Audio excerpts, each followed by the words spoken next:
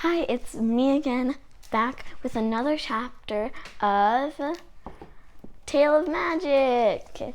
And I'm trying to let my nails dry, so yeah. I'm all dressed up in like oceany stuff, cause I have an aerial silks or circus show tomorrow. So yeah, I'm all dressed up. Anyways, it's time for chapter 21 of A Tale of Magic Demands. All right. A powerful and unexpected blizzard plowed through the southern kingdom for 5 days straight. Such a storm had never occurred in the kingdom before, and all the citizens were trapped inside their homes as they waited for the icy winds and endless snow to subside. Without any time to prepare for the catastrophic weather, the country's people found themselves in the midst of a natural disaster. Property was severely damaged. Farms lost nearly all of their crops and livestock. And soon, families ran out of firewood and had to burn pieces of furniture to stay warm. As the southern kingdom endured its 5th day of the terrible blizzard, many began to fear the horrific storm would last forever. However, shortly before midnight, the winds began to die down. The snow started to disappear, and the clouds cleared from the sky. The weather went completely back to normal, as if nothing had ever happened. In the eastern countryside of Chariot Hills, the storm had been gone for less than an hour when Justice Evergreen received a mysterious knock on his front door. He answered the door in his pajamas and was surprised to see a royal carriage waiting for him outside. "What's going on?" Justice Evergreen asked. "King Champion is holding an emergency meeting at the castle, sir," the coachman said. "He asked for all high justices and justices to join him at once." Without a doubt, Justice Evergreen knew the meeting was being called to discuss the recent storm. He quickly got dressed in his long black robe and tall square hat and climbed aboard the carriage. By the time he arrived at the castle, the king's throne room was buzzing with high justices and justices alike. "How's the kingdom going to recover from this?" High Justice Mountclair asked. "It is going to take a massive amount of money to rebuild all the damage, and the treasury is low on funding as it is." One by one, the other justices gave Mountclair their recommendations. "Perhaps we can ask the king to sell one of his summer palaces." "No, his majesty will never approve that," Mountclair said. "Perhaps we can start a war with the Eastern Kingdom and take their resources." "No, it would just take too long. It would take too long to stage a reason for war," Mountclair said. "Perhaps we can reduce our salaries until the kingdom is on mend." "Now that is out of the question," Mountclair said. "Come on, men, we have to come up with one decent suggestion before the king arrives." The sinister Justice Olderag glared at his colleagues from a corner of the room. He scratched the stone wall with his long fingernails to get the men's attention. The sound sent painful shivers through their bodies as all the justices covered their ears. "Yes, Old Brigade," Mountclair asked. "What is your suggestion?" "I believe now is the best time to implement the poor tax I've been advocating," Old Brigade said. Justice Evergreen scoffed loudly at his rival. "That's the most absurd recommendation I've ever heard," he said. "The poor have no money to collect as tax. That's why they're called poor." "Thank you, Justice Evergreen, but I know what poor means," Old Brigade sneered. "But money isn't the only way to fix the predicament. By introducing the poor tax, the poor thought out the southern kingdom would immediately be charged with tax evasion. However, instead of sentencing them to prison time, we'll sentence them to community service, and we'll have a force of free labor to restore the kingdom. The justices nodded as they considered the tax, and then cheered for Old Brigade's calculating proposition. "That's a wonderful idea," Montclair said. "Now, how are we going to explain the blizzard to our people? They want to know what caused the strange phenomenon. Perhaps we implore scientists to investigate the matter?" "No, the last thing government needs is more science," Montclair said. "Perhaps we frame it as an act of God?" "Yes, that's better," Montclair said. "But why did God do it? Who should we be mad at this time? Perhaps God is mad at cat lovers?" "No, that won't work because I have a cat," Montclair said. "Perhaps God is mad at vegetarians?" "No, most of our cattle perished in the storm," Montclair said. "We can't have people fighting over food in the name of God.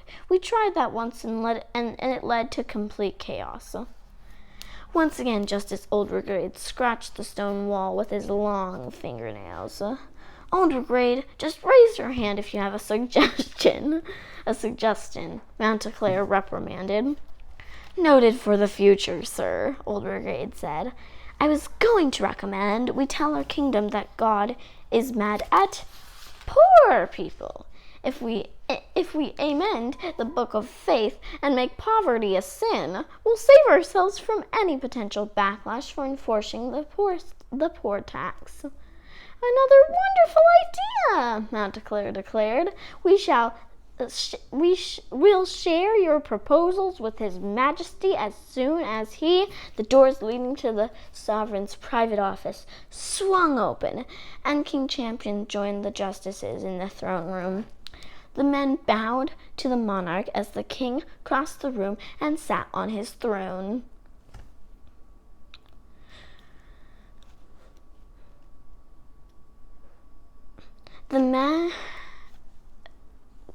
The sovereign was instantly irritated by the justices around him, and he let out a disgruntled sigh. "Good morning, Your Majesty," Montclair said. "Your timing is perfect, as usual. The other justices and I have created a plan of action to address the recent—" "That won't be necessary," the King Champion stated. "I've already made arrangements." Nervous whispers broke out among the justices. They didn't like it when the king made decisions without them. "Sir, as the head of your advisory council, I must insist you share your arrangements with us before making them official," Montclair said. "I didn't call you here to insist anything. I called you here to listen," King Champion stated. "There's no easy way to start this discussion, so I'll get right to the facts. For the last several months, the Northern Kingdom has been under attack by a very powerful witch known as the Snow Queen. To prevent global hysteria, King Nobleton kept the matter a secret. By the time he informed the other sovereigns about the Snow Queen, she had destroyed more than half of the Northern Kingdom. But Nobleton wasn't honest with us about the extent of her destruction. He assured us he could handle the situation, so we did nothing and left it to him. Now Nobleton is dead, and all but one village in the entire kingdom has been lost. This week, the Southern Kingdom almost suffered the same fate as the North, but fortunately for us, the Snow Queen was stopped before the blizzard obliterated us." The news made all the justices uneasy, and they gazed at one another in fear. "Pardon me, sir," Montclair said, "but are you saying a witch caused the blizzard?" "Oh, good, you're listening," King Champion quipped. Early last week, the Snow Queen's destruction spread beyond the northern kingdom. Not only did the storm seep into our kingdom, but it stretched to all four corners of the continent. But what or who stopped her? Montclair asked. King Champion glared at his advisors with a cocky grin. Technically, I did, he said. Several months ago, I was paid a visit by a woman named Madame Weatherbury. She was starting an academy of magic and came to the castle. Without warning, she asked for permission to recruit children from the southern kingdom. Naturally, I rejected her request, but then Madame Weatherbury informed me about the seriousness of the Snow Queen's power. She convinced me her future students could defeat the Snow Queen if the witch ever crossed into the southern kingdom. In a moment of what I now consider nothing short of utter brilliance, I decided to grant Madame Weatherbury the permission she sought. And it just so happens those students were exactly the ones who stopped the Snow Queen and saved us from her icy wrath. High Justice Montclair led the room with an enthusiastic round of applause for the king. The sovereign rolled his eyes and silenced the men with his hand.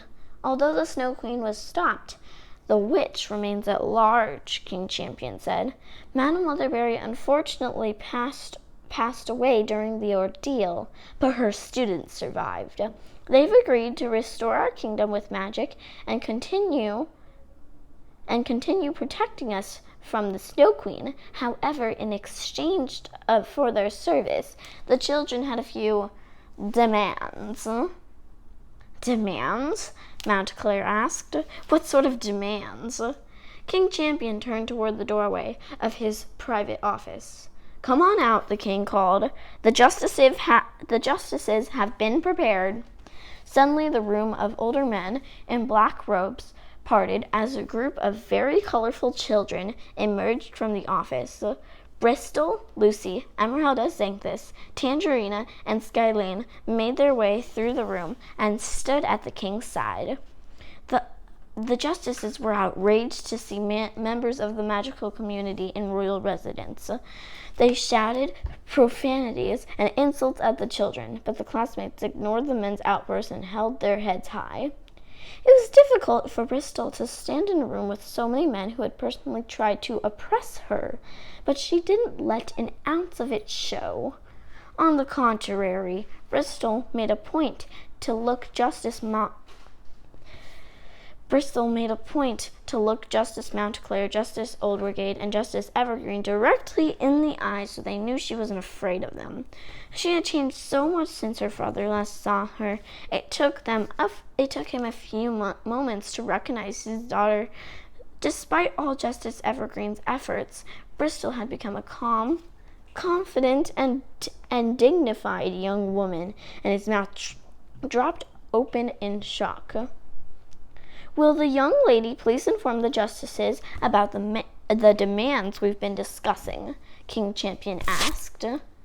Bristol waved her wand, and a long golden scroll appeared in her hand. Inscribed on the document were the demands they had given the king. The classmates passed the scroll around and took turns reading their demands aloud. Number 1, Bristol said, magic will be officially legalized in the Southern Kingdom. All prisoners who have been convicted of non-offensive magic or who are waiting to stand trial for non-offensive magic will be released from the prisons and workhouses across the kingdom. This also includes privately owned detention centers such as the Bootstrap Correctional Facility. The Southern Kingdom will create social programs to diminish discrimination directed at magic. However, if anyone in the magical community would like to develop their abilities, you'll invite them to join us at the Celeste Weatherbury Memorial Academy of Magic in the southeast. In between, a knight named Horrence will be waiting to safely escort them through the woods. Number 2, Emeralda read as she took the scroll from Bristol. The in-between will be divided into equally proportioned territories for the people and creatures living there. The west will be given to the dwarfs, the northwest will be given to the elves, and the southwest will be given to the ogres.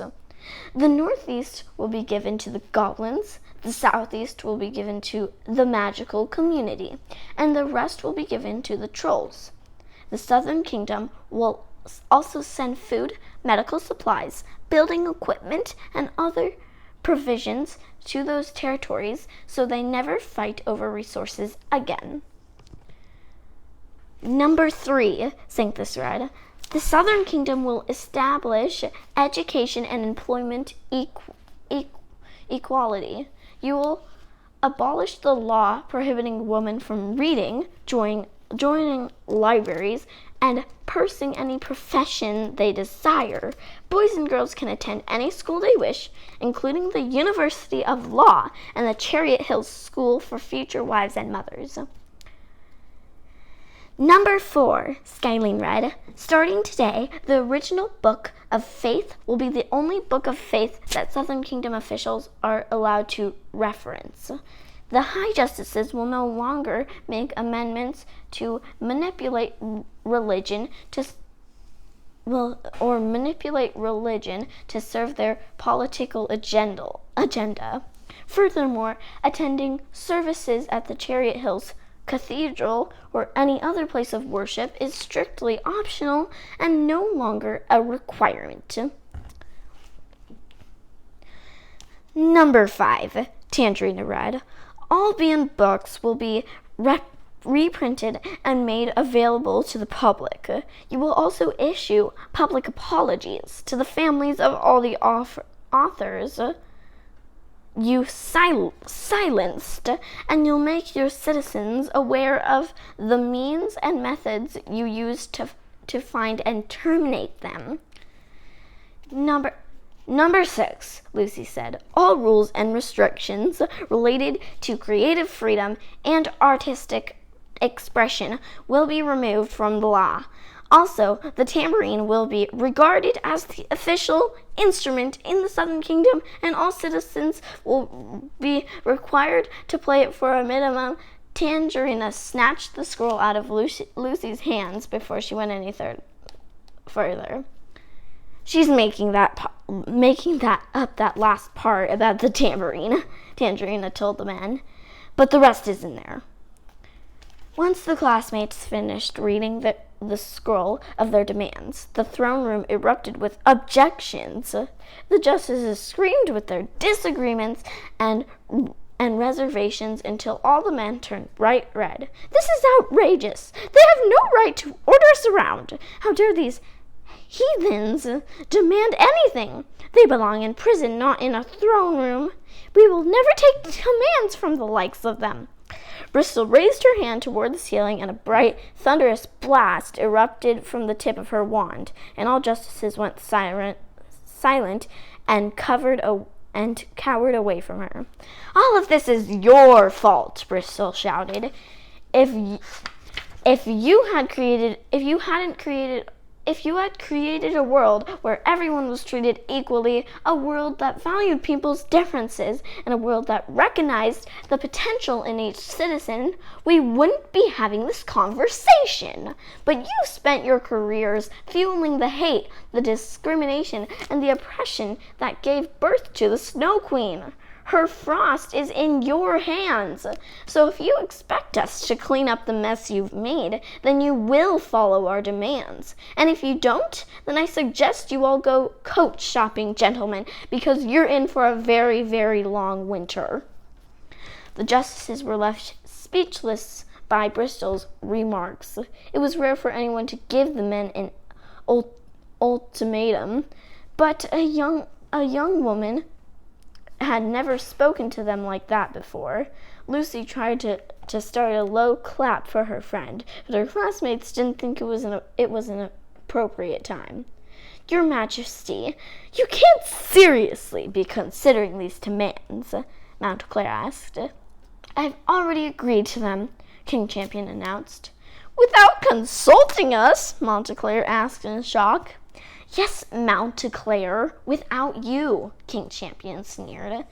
As the current situation has proven, I tend to make my best decisions when the justices aren't around.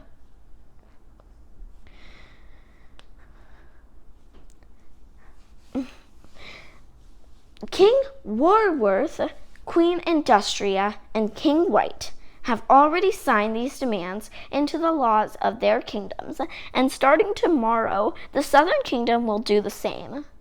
Who's King White? Old Brigade asked. The newly appointed sovereign of the Northern Kingdom, the king explained. By whose authority? Old Brigade pressed. By our authority, Lucy declared.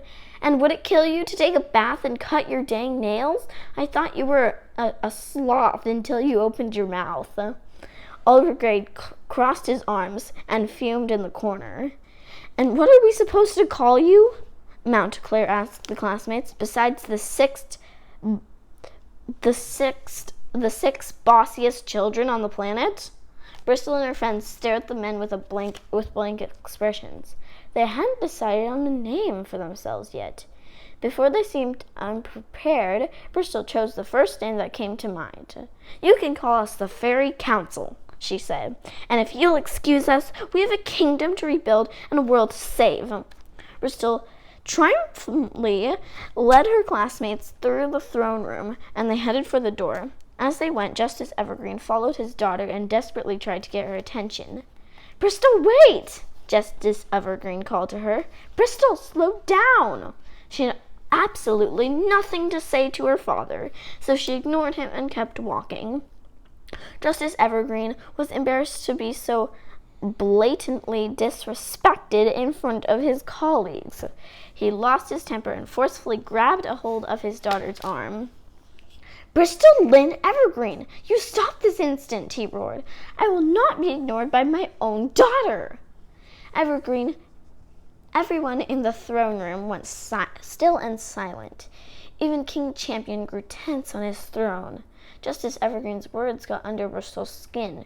Her father had never claimed her as family before, but now that she had saved the world, he suddenly wanted everyone to know she was his daughter. She yanked her arm out of his grip, whipped around to face him, and raised her wand threateningly toward his throat. For the first time in his life, Justice Evergreen was afraid of his daughter, and he slowly backed away from her.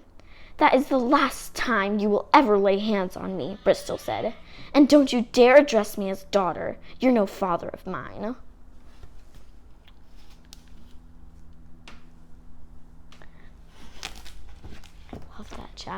I loved that chapter. Okay. I think they didn't get messed up so good. Okay, that was A Tale of Magic, chapter 21. I hope you liked it, and if you did, press the subscribe button, press the like button, and if you liked it a lot, you can even share. Thank you. Bye.